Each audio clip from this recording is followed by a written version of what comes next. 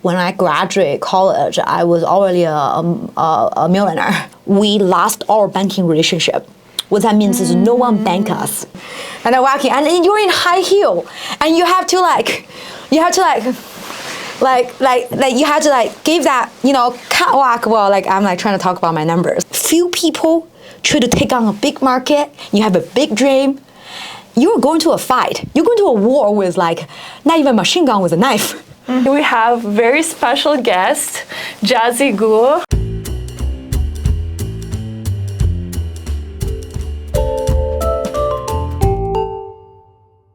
Jiazi is a founder, solo female founder, an immigrant, and she's currently building a very disruptive startup called ETZSoft. The company was inspired by my mom because we're trying to help her to buy cryptocurrencies and don't want she get scammed. We actually have 3 different products and for 3 different customer segments. Okay. So the retail one is actually inspired by my mom because she was trying to buy digital asset.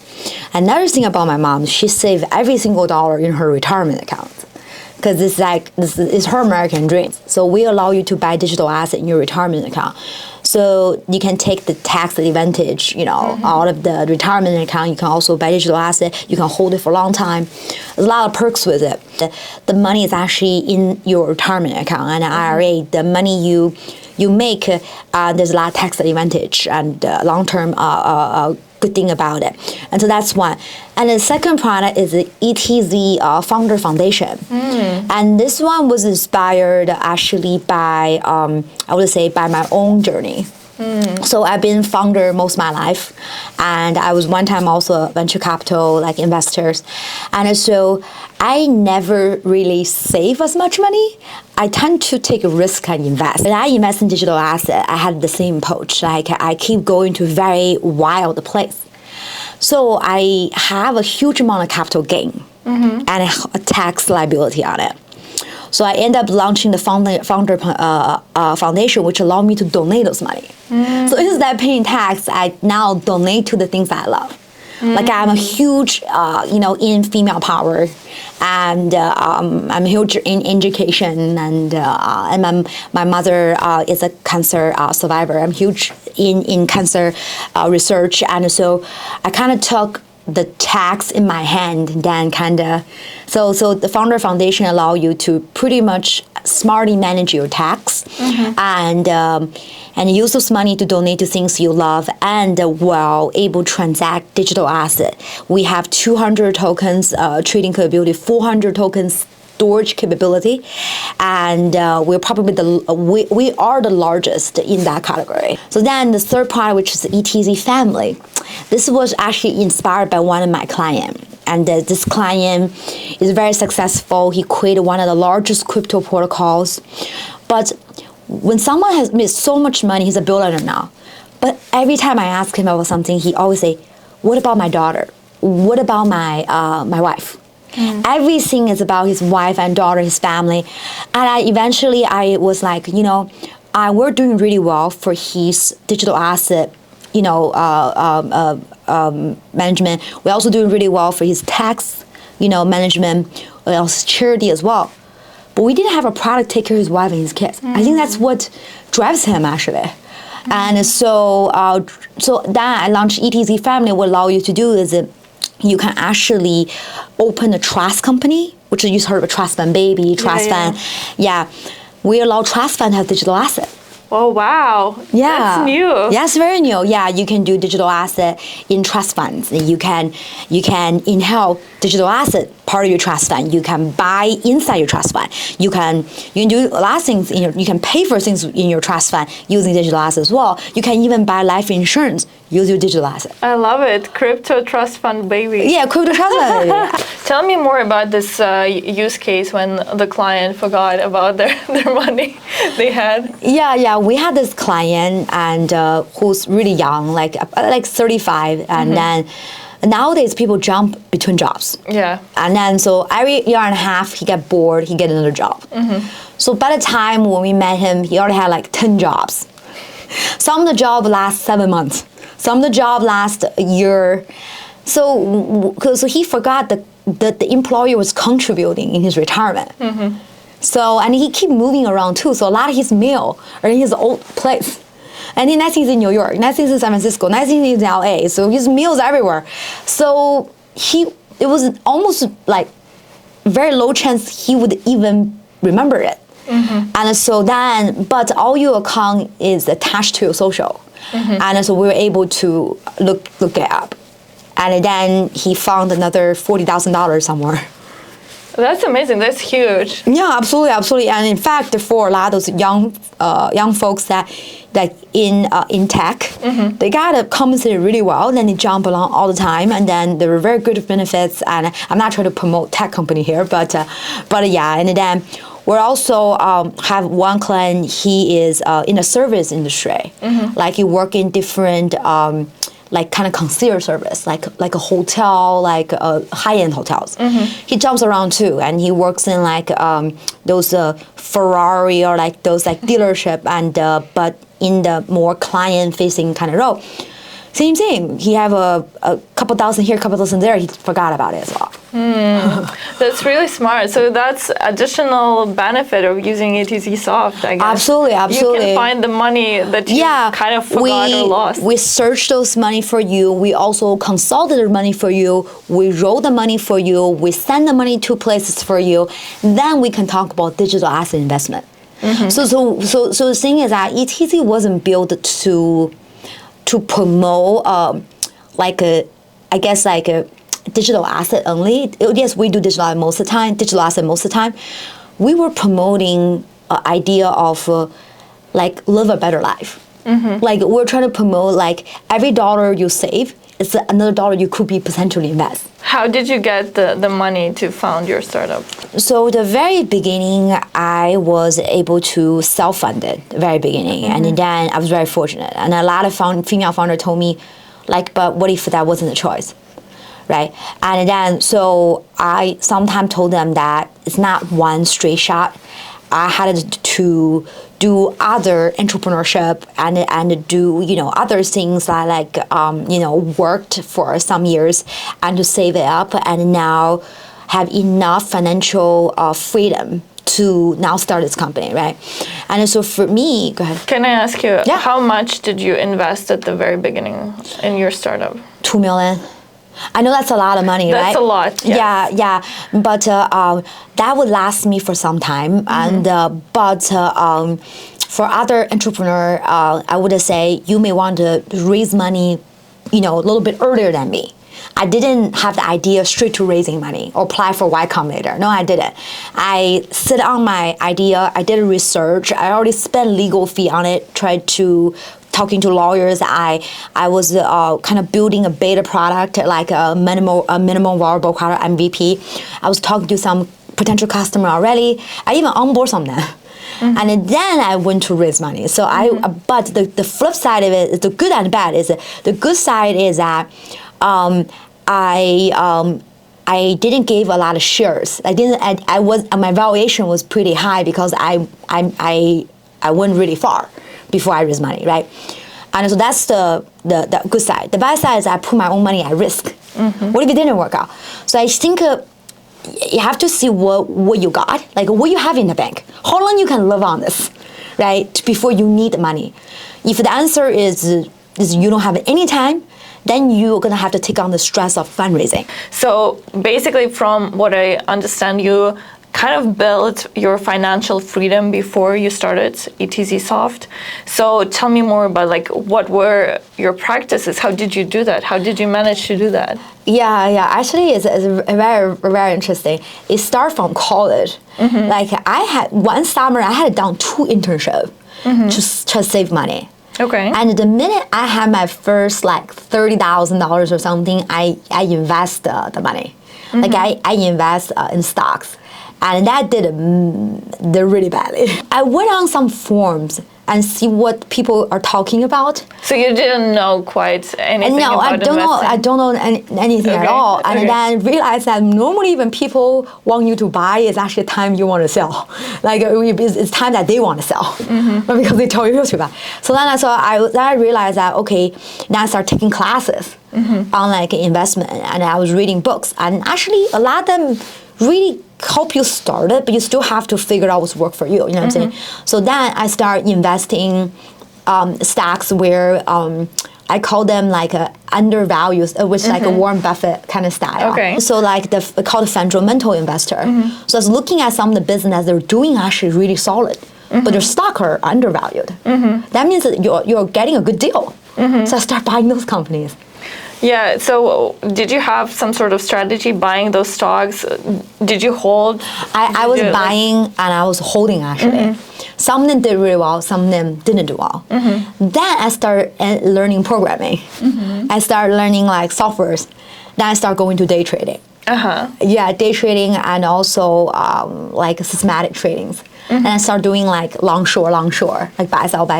And then like then I start looking at data and order books. Like so where you see like, who is out buying today, who is selling today, how much is buying today.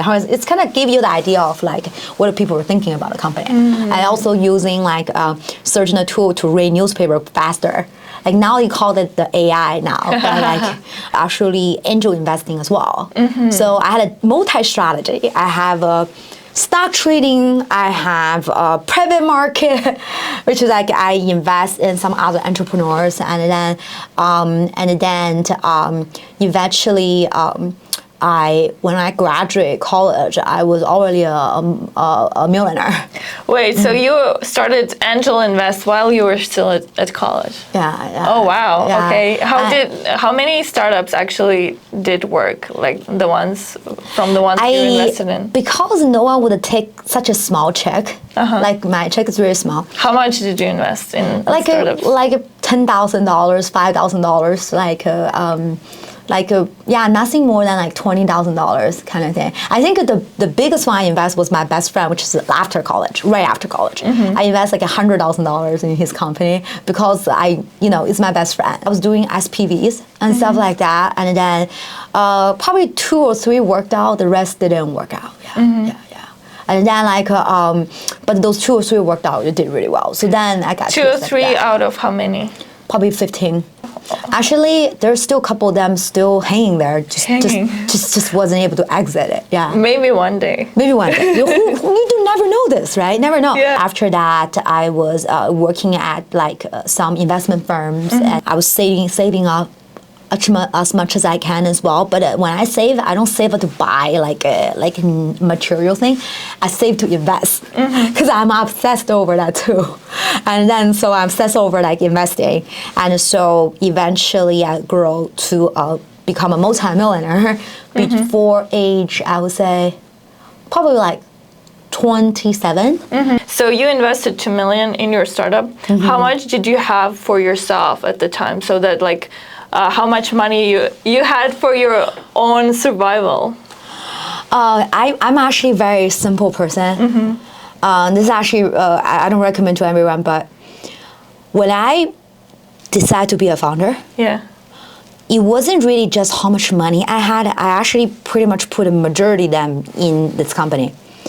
I was so much obsessed. I was obsessed over this company, obsessed over this problem I'm solving, that I was okay to sleep on the sidewalk. Like you may think it's funny, right? I understand. I don't think that's a long plan, but I was meeting this investor. There was very early on. He was like one of my first largest check, first VC check. I remember I met this founder of this VC fund at Palo Alto in a very nice restaurant. Next to it, there's a little area, and there's a very nice blanket there. My boyfriend, who was waiting for me for a couple hours because this dinner was supposed to be an hour and a half, then we went on to 3 hours, and then the restaurant was closed. So my boyfriend actually thought, is there a possibility Jiazi just finished early and she grabbed the blanket and she's sleeping there? He actually had that thought. And then so when he told that to me, it was almost like a joke. I wasn't feeling insulted or anything. No, I actually felt like this is what the people that around me that see me. It's like there is a you detox to the a focus level where all that matters at that time was like what I'm working on. Like so at that time I was actually ready to lose all. So this is the thing about this. When a founder is prepared to lose all, with a founder who's not prepared to lose all, there's a very different type of founder. Yeah. Yeah. So for me, I was at the beginning, I was crashing at my best friend's guest room.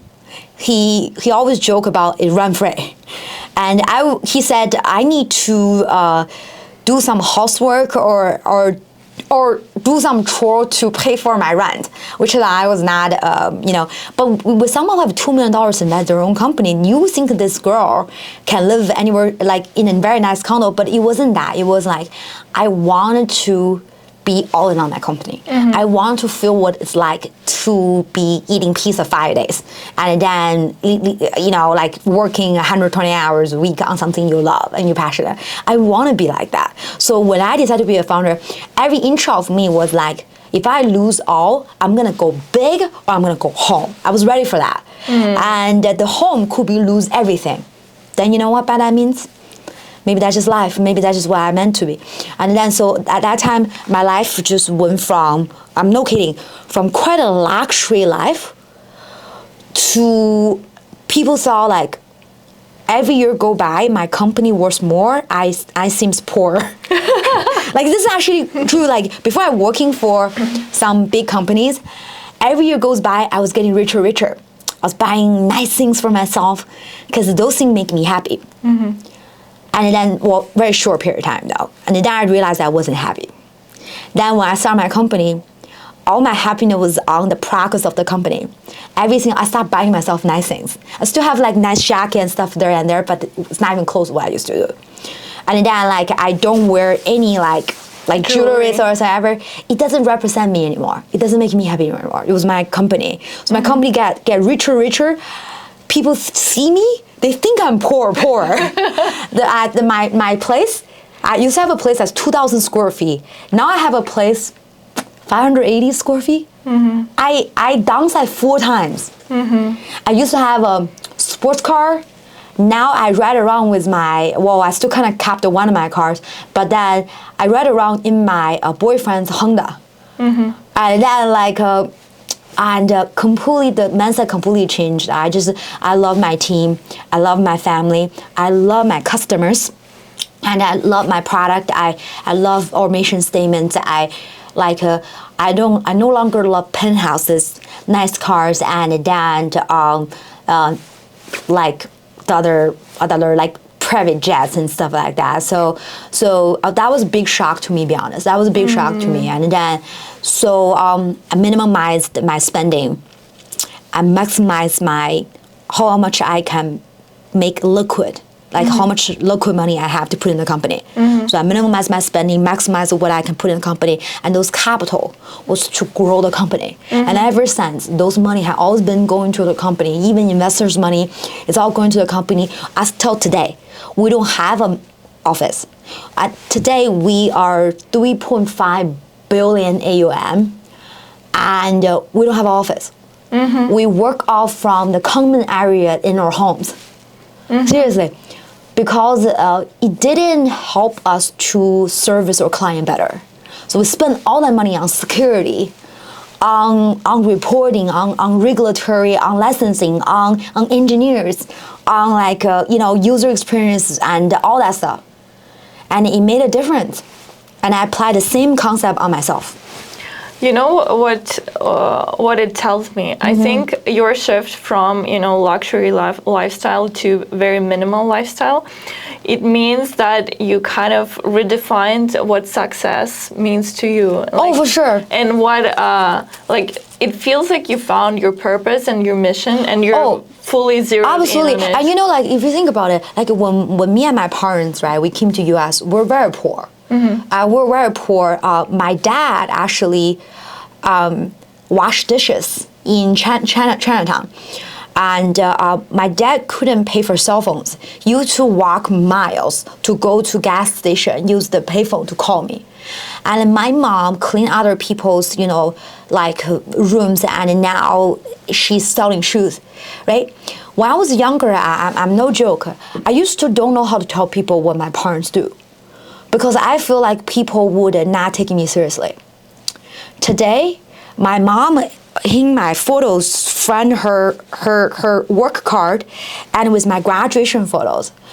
And I realized there is a period of time I just don't want to be poor again. And I don't want to worry my mom. I want to give her the nice things. Who doesn't, right? But after that, when I read it there, I realized that wasn't me. I was out of a fear. I was afraid that I won't have something nice. I won't have a home. When we were established that my parents also are safe now. By the way, they're a different generation. My mom's generation, they came out from the war. You know what I'm saying? So when she calmed down, when I know I can provide for them, I start thinking about myself. And I don't think I know myself better now. I don't think I'm afraid to be poor. You know what I'm afraid to be? What? I'm afraid to live without a purpose. I'm afraid to live out without a passion, because I don't want to be excuse my language, I don't want to be a zombie. What was the hardest moment for you, like during your entrepreneurship? The hardest time was, I would say 2020, 23, when FTX blowed off. Celsius, which is the big lending company in our space, blowed off, and then all those companies that I thought they are the leaders in the market are going down one by one. Yeah, that really make me questioning this industry. Yeah, it's like you start questioning reality. Reality, yes, it was that bad. Okay, and then Silicon Valley Bank filed bankruptcy. How that has to do with this? And First Republic, I just see my bank balance got froze. Like, or Treasury, we couldn't take the money out. I was processing payroll that day. I logged into my Silicon Valley Bank account. It says is in the maintenance. What do you mean 10 a.m. maintenance? Right? So I couldn't ask to the account. So I thought I lost I don't know what's going on, but I was pretty crazy. That was all the money we got for the company. Wow. Including the money that $2 million I have from in there. Yeah, all of this, everything. That's scary. Yeah. That was like, am I gonna lose everything? I'm gonna lose everything. Yeah, wow. and the funny part is, if I lose something, it's because of my fault. I mean, I have one to blame, right? This is like, I have no control over it. We have some more customer funds somewhere else with some of those companies that blowed off. Oh. So our company money is at SVB, and our treasury money, which we pay our payrolls, and our customer money is somewhere else. We're in those banks that that's also blowed off, and then and we also have customer that has money in like we didn't work with FTX, but they have their other money that's not with us at FTX. And those customers are going crazy. No matter what, they don't even care good guy, bad guy, all bad guy. So we've been pursued as bad guy too. So I actually thought I lost everything. Actually, I just thought I did thought I lost everything, and I thought I lost everything in a bubble where it's not real. So this is actually where I was proud of myself. Is I realized I growed up. I really growed up. All the hard work paid back. Because that moment, my first of all, my mind went blank for a second. Then I took deep breath, and I sit down. I remember. And then I just stare at my laptop. Then I was thinking, okay, you need to have a plan B. It's your job to problem solve. This is where if you survive through this, you will be the next big company. So I kind of made it in a way where it's challenging, but it's not impossible. And because you know why it's not impossible is because I haven't tried it yet. I need to go try to save it, right? But that time feels impossible. But that's not what I tell myself. So that I laid it out. or treasury is in SVB, I immediately look into my own personal bank account. I still have some money in Bank of America, but in my personal account. So I then use my personal money to start paying people. Okay, and then I was like, okay, I can buy myself maybe 4 months. In the 4 months, I need to go look for investor money, or I need to figure out what happened with SVB. But good thing is that 2 days later, SVB said they got bailed out by the feds, so we got our money back. And then, but during that 40 hours, that was like, firstly, how much money, liquid money I have as a person. I even thought about put my house down as a collateral and borrow money against it. I even thought about that. Anyway, so I put all the list of emergency funds, like almost like emergency funds where you have. And then, so put that money together. And then, second of all, is that the clients. And talk to the client and comfort them that like we do not have money with any of those company that broke off, so we're safe. So do not think it's the same thing. But I understand it's hard for them. So we try to be there for them. So one client just keep crying on the call. Keep crying, and I didn't say a word. I just listened to it. I know that it's our job to be there for a client. Yeah. Right? Once like she calmed down a little bit, and I told her that the good news is that we still have the money. You know what I'm saying? So yeah, and then stuff like that. And then another thing is we look into the insurance policy that we have. So I'm trying to ask to insure money for our clients and to cover our clients well. We have insurance for a custodian. We also have insurance for the company as a whole. If something happened to us or happened to me, there is money from insurance that can cover that. Because listen, you need to. You're like few people try to take on a big market. You have a big dream. You're going to a fight. You're going to a war with like not even a machine gun, with a knife. This is how kind of like a location environment. Yeah. So when I meet a founder, they don't have even a plan B. Even their plan A is not very clear. I'm like, why are you doing this? We lost our banking relationship. What that means is no one bank us. Oh, wow. No one bank us. Yeah, no one wanted to bank a crypto company. Okay, so did it happen after the... Yes. Okay. So we couped our money, then we got kicked out. Oh, wow. Okay, so what did you do? Yeah, so next thing is that I went on to talk to probably like countless of banks. I went to the airport, got on the plane. I flew around the United States trying to look for banks. And because I'm trying to show them that I'm a company, I don't have a token. I'm a real revenue company, like Coinbase. So you should not treat us like everybody else. So I again, after about like 1.5 or 2 months, I found one bank. Wow, 2 months and just one bank. One bank said maybe. Maybe. Oh, wow. And then eventually we signed a contract. They banked me. As today, I still thank them. I no matter what, we now all grown them. We grow very big, and then all of that. But I will never forget the help, the hand they lent me in the bear market. That's crazy. So basically, you got... And you know what? It's not even the best part yet. Okay. And then, well, you finish. No. You go ahead, and then I'll ask. The minute we signed that contract, I felt like a couple of hours after, I fell on the ground of my kitchen. At a panic attack. Oh no. Right when that happened, I dialed my best friend's phone number. Then my best friend happened to somehow wake up for water or whatever at 1:30 or 2 a.m. It was like a very early morning. Yeah. And he came over. He knows something's wrong. And he came over, and I was on the ground and shaking. But that was after you signed the contract with the bank, and so your body just like shut off. Yes, and I just realized that I have not been asleep for many days. I probably didn't eat for many days as well, and I didn't have the water either. And I dropped. I'm not joking. I dropped 40 pounds. Wow.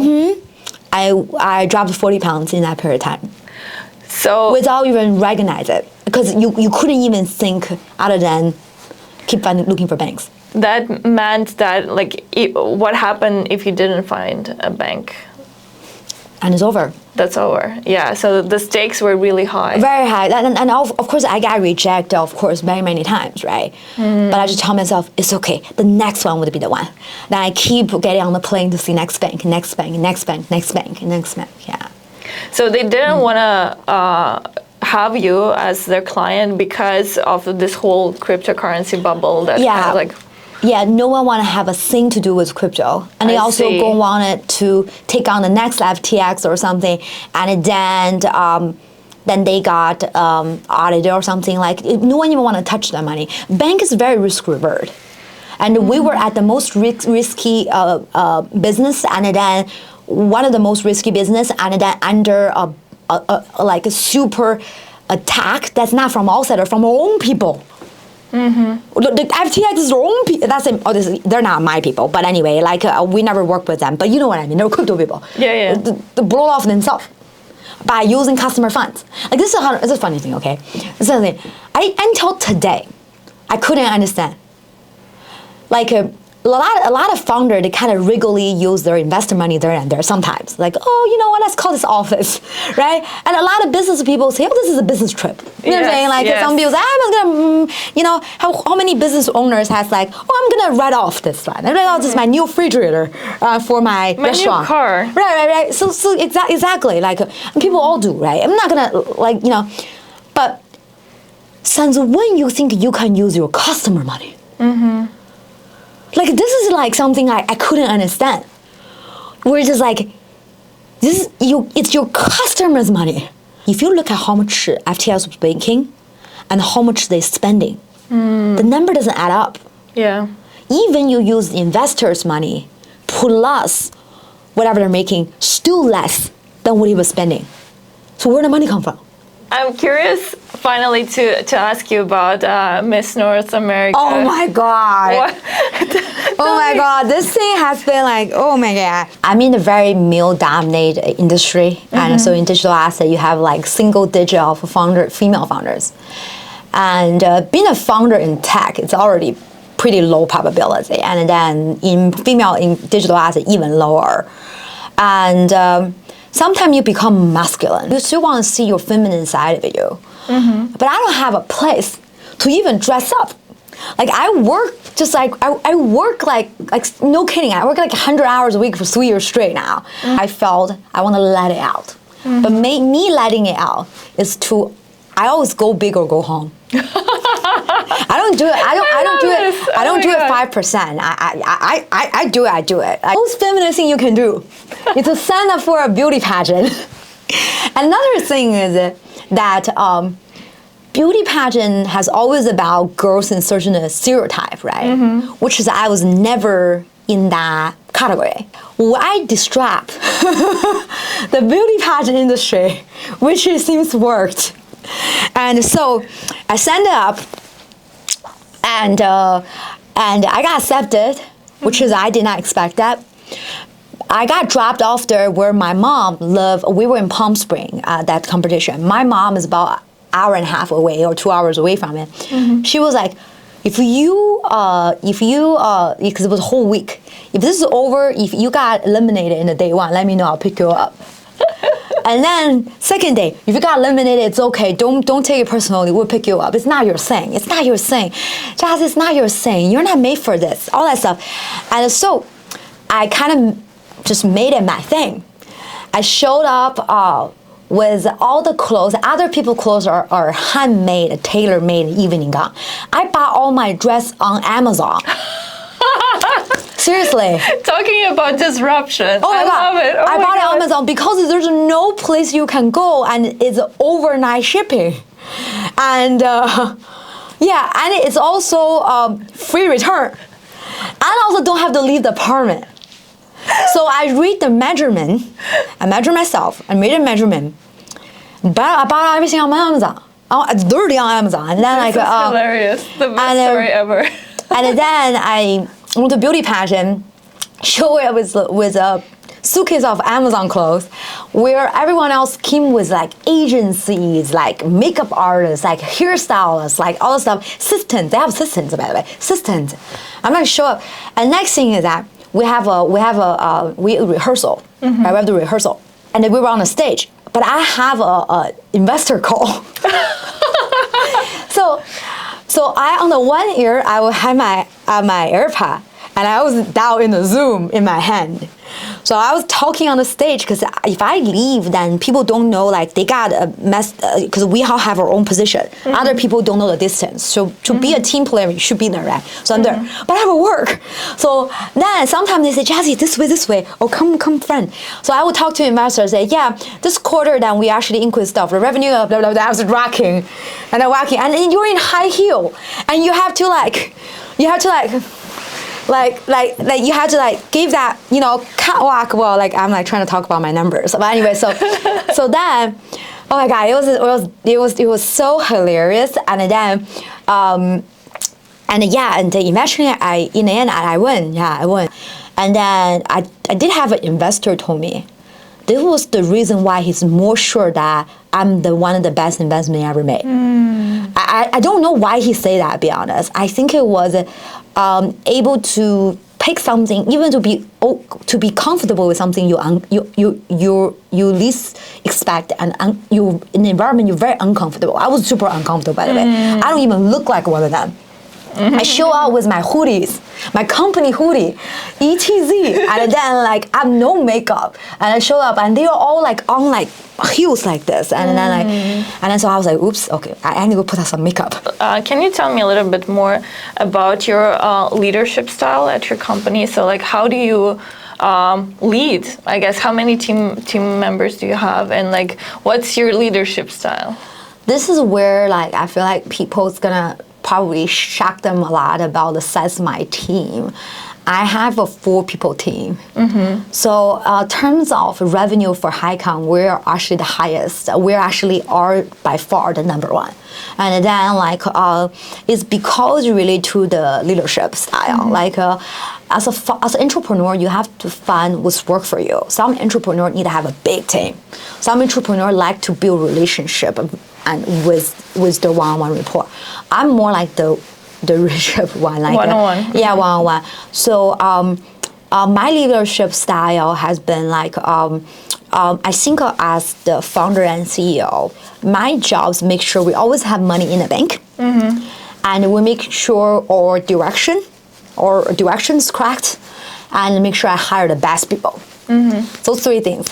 Then like, so for me is that like I've been trying to scale. I use the word scale out the best talents. Sometimes they were not at their best, and I will try to identify why is that. And for example, I have my head of a product and head of a growth, Samuel. If he see this, he's gonna probably jump up and down. Hi, Samuel. I know you're working right now. And anyway, so when I found Samuel, he was kind of a little bit in his shell. He wasn't able to push lemons, and he was always trying to think of what was the right way to say, what's the right thing to say, what's the right thing to do, what's right. But he also has a very entrepreneurial side. He keep building startups on the side. He even started a startup with his mom. You know what I'm saying? And then like but anyway, if Samuel mom's listening to this, but I'm very inspired by that. But anyway, so this person will always trying to stay in the box, but he's also very entrepreneurial. How that works? It's very contradicted, right? So I realized that all the other leader that he had to work for has want him to stay at that job. And then you're missing out his superpower. And so I'm good at identifying my talent superpower. His superpower is that he can be entrepreneur, then he take that entrepreneur, he put that into the box. It says, then this person, it's good for him when we're all like daydreaming our product. He's good at to narrow it down what's most important, what's second, what's third, to get into and also to get into a product and then execute it. He's good at that because he can go between the box and entrepreneur. This is superpower. He can zoom in, zoom out. So I think that I was like, okay, if I can get him comfortable of say what's on his mind with me, then also knowing that he has a responsibility to execute the vision, and he is being, plus like he's been treated well for that, and this can be a very superpower, super talent for me. Exactly what happened. in 8 months, he went from a very role-oriented. Now he's almost like my COO. He almost runs like ETZ in a lot of way, and the very high like the VIP clients are actually talk to him more than talk to me, and he knows how I make decisions. He knows how to communicate to me. To sum up my leadership style is this: I want everyone come to ETZ with a superpower, and I want to able to grow and shine the superpower with them. And in the end, they become so powerful. If they want to leave me, I won't stop them, but let them stay to be a choice. But they choose to stay with me because there's things that I provide to them in their life that's priceless or unreplaceable. So now there is HR and High Hunter reach out to Samuel, and Samuel doesn't even respond, doesn't even blink his eyes because he's happy where he is. So my leadership is to enable the people work for you, to grow them, to help them to find their purpose and their superpower. And so they will always look at you like you are the light in the tunnel. And then you lead by them by that. Lead them by a better life. Lead them by, instead lead with fear. I don't like leaders with leading like teams with fear. And I don't mind people, comment on it whatsoever, but it's because that energy doesn't help anybody. Yeah, I've heard, this well, in my opinion, it's controversial point of view that, like, if you want to scale your startup and you're a leader, then you have to, like, be very strong leader and tell people, this is how I want it, and this is how you're supposed to do that. But honestly, personally, I really love your style of empowering and inspiring the people. And give them agency. Yes, absolutely. Ownership, agency, and they are proud of what they're doing. They have ownership over it. Who doesn't want that, right? But I do have to say, like, you're talking about like the making decisions, and there is times where we all have different decisions, and we're just wasting time, and this things wasn't productive. There is times, but for me, is I would listen to all their opinions. Then it's my job to figure out like which direction we should take. And so all their voices are counted, and in fact, I actually addressing it. I ask addressing why I'm doing certain way. I always kind of explain myself. I keep a communication transparency with them. And so when they see how I think, they actually tend to say, wow, that is actually a better decision. And thank you for keeping count my opinion. It's all counted. And so, but of course, there has to be the one called shot. And then if you do that, I realize that they tend to respect me more, actually. They're like, oh, she already heard it, but she was right. Like, if we think about this way, blah blah blah. Yeah, so they know their voice been heard, but they also know that I will be the one making the decision in the end. But what happened is now that I don't do that much anymore, because they somehow get themselves, they start thinking like me. They start getting themselves into that position without me really have to inject myself. So that's what's that you say agency. Agency. When the agency all go in the same direction, you have a superpower agency. You know what I'm saying? So that's what my style. But I do have actually also to extend to what you were saying, the controversial way of people saying, when you become a big company, you have to have a lot of people. You can't be doing this with 100 people, right? And then I have to say, I'm not there yet. So I don't have a comment to that. But I have seen a huge amount of growth just with 4 people. So I actually use a lot of AI tools as well. So I use a lot of AI agencies as well. On top of that, I think a small team can do big business, especially nowadays with a lot of AI tools. You know what I'm saying? And but this culture that we proud of, that will always be translated to hiring. Please tell the chocolate story. I still want you to tell the chocolate story. I have a multiple chocolate story. Which one? I think you were 8, and the lottery ticket. Yes, that one. Yeah. I really love it. I think it's just like oh my god! It describes the entrepreneurial essence of you. Okay. So this is actually a business model. Like now, when I was 8 years old, I didn't know that was called business model, but now I know it's been. So I was given a really high-end chocolate, like where like my family, family friends that traveled abroad. And so instead just eat it, I was trying to, I didn't even really like chocolate that much, to be honest. But then I was trying to create some profit on it. And then, but I want to maximize my profit. And so instead, if I cut into pieces, it's probably gonna be, I can sell a fraction of it, but it's gonna probably be, people, oh, you already opened it, right? So, or I sell the whole thing. Maybe I can sell for a little bit of profit because it's overseas, it's hard to find. Or I can have a lottery ticket.